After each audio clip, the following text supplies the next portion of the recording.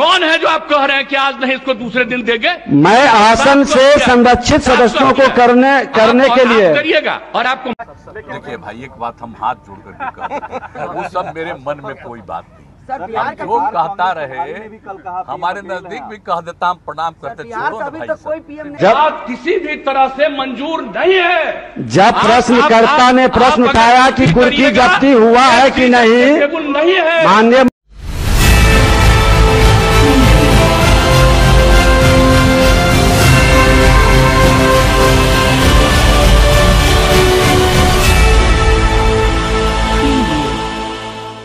नमस्कार, मैं अनीता चौधरी और न्यूज अड्डा इंडिया पे आप सभी का स्वागत है। जय भारत, जय हिंद। देखिए, बिहार की जो आज की स्थिति आपको नजर आ रही है, उसको देख के आपको क्या लगता है कि ये कोई आज से शुरू हुई चीजें हैं? रातों रात नीतीश कुमार का मन परिवर्तन हुआ और वो तेजस्वी से मिले और उसके बाद उन्होंने पाला बदलने का ऐलान कर दिया, पलटू राम बन गए। ऐसा था क्या? या फिर इसके पीछे बहुत सारी वजहें रही होंगी? शायद खौफ भ्रष्टाचार का, शायद खौफ बेलगामी का, प्रशासनिक विफलता का। ये सारे डर हैं जो आपको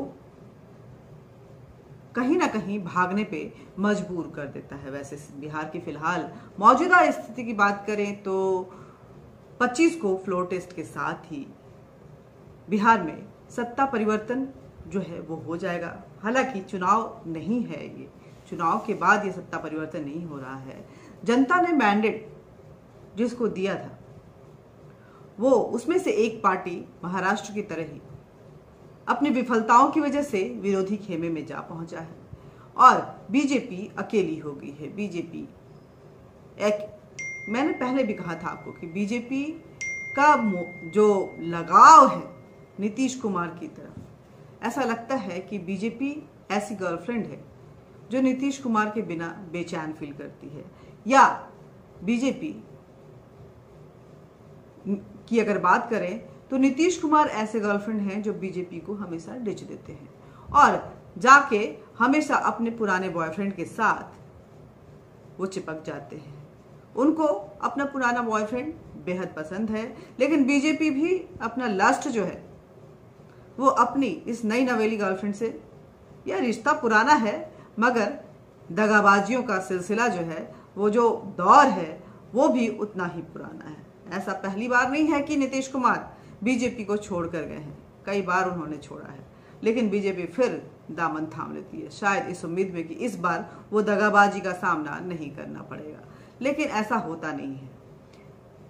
लगभग अगर जेडीयू की बात करें तो नीतीश कुमार और आरजेडी की सरकार बनती हुई नजर आ रही है और तेजस्वी यादव डिप्टी सीएम के पद पे नजर आ रहे हैं। इस बात का अंदाजा लगाया जा सकता है कि नीतीश कुमार ने अपनी बुलेट प्रूफ गाड़ी और सिक्योरिटी जो है, जेट पे सिक्योरिटी तेजस्वी के लिए ऐलान कर दिया। और इसके साथ ही बिहार में आतंक का दौर भी शुरू हो गया है। कई घटनाएं सामने आ रही हैं जिसमें ऐसा दिख रहा है कि बिहार एक बार फिर गुंडागर्दी, चोरी चपाटी के लपेट में जाने वाला है।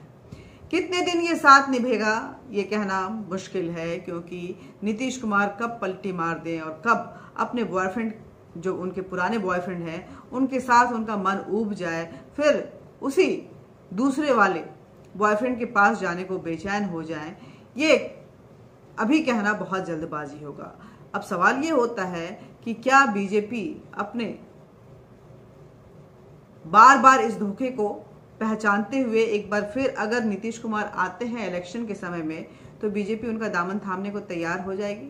क्या बीजेपी को अपने आप पे भरोसा नहीं है? और अगर विपक्ष में ही रहना है तो बीजेपी क्यों बार बार सत्ता की लालच में नीतीश कुमार जैसे वाहियात दल बदलू व्यक्ति के साथ अपना रिश्ता बनाती है?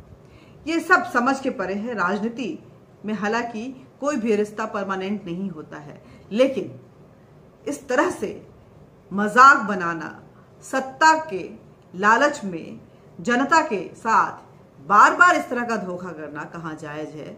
आप दल बदलते हैं, आप पलटी मार के कहीं दूसरे दल में चले जाते हैं, उस वक्त में जनता कितनी ठगी महसूस करती है, क्या आपने कभी इसका अंदाजा लगाया है? शायद नहीं। चलिए बिहार की बात करते हैं कि आखिर आपको क्या लगता है कि नीतीश कुमार का एनडीए से अचानक मोह भंग हुआ है या ये एक लंबा सिलसिला है?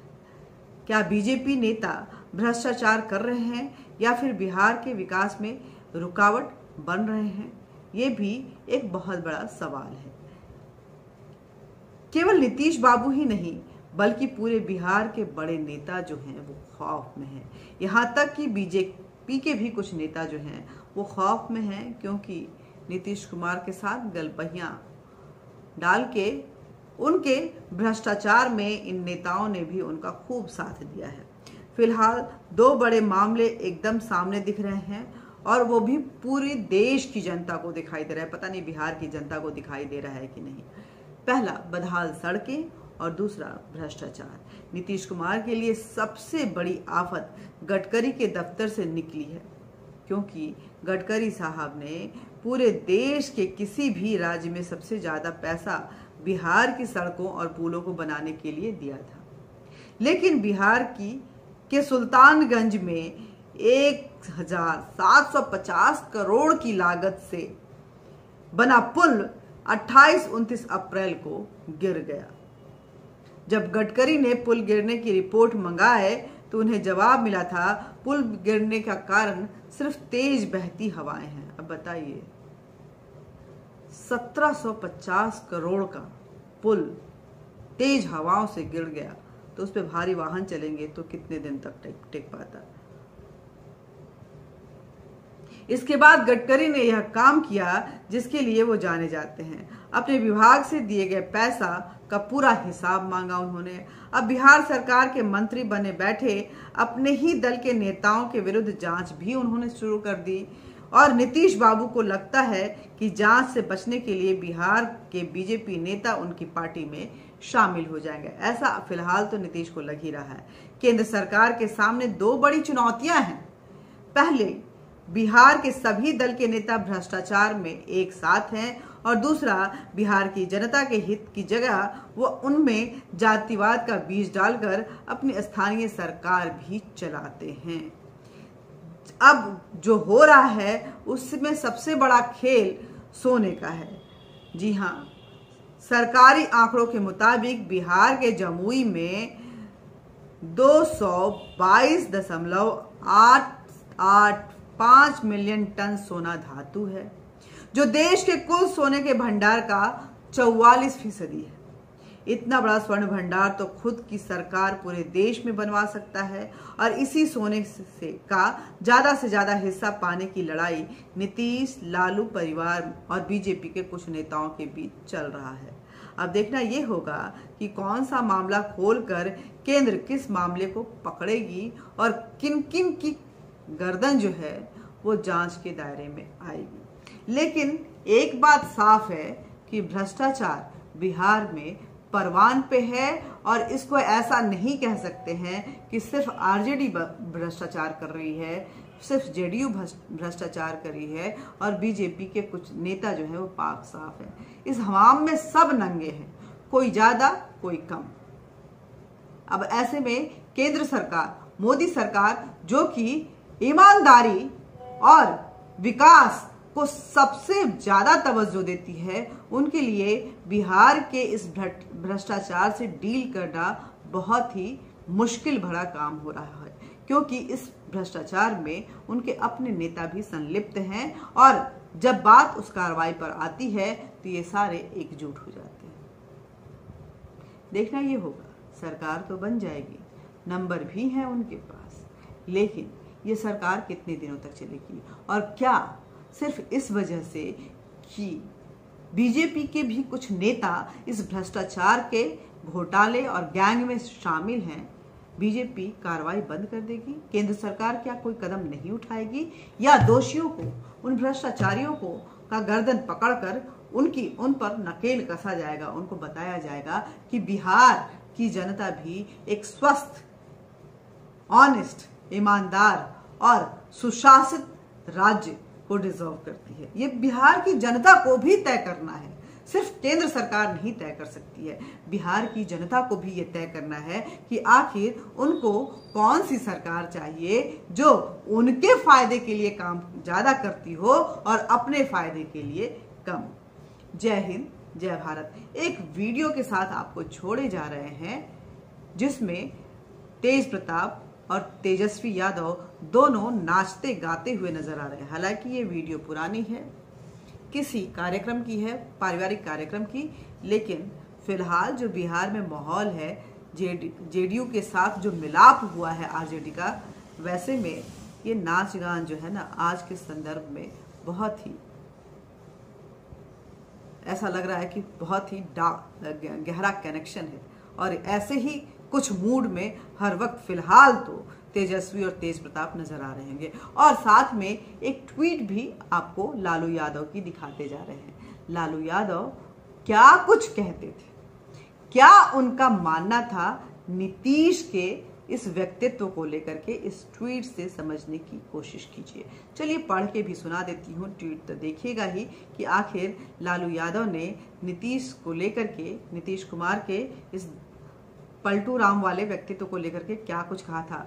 उन्होंने कहा था ट्वीट करके कि नीतीश, ये ट्वीट जो है 3 अगस्त 2017 की है, जिसमें उन्होंने कहा था कि नीतीश सांप है, जैसे सांप केचुल छोड़ता है वैसे ही नीतीश भी केचुल छोड़ता है और हर 2 साल में सांप की तरह नया चमड़ा धारण कर लेता है। किसी को शक है क्या? नहीं, हमें तो शक नहीं है लालू जी, आपको शक है क्या?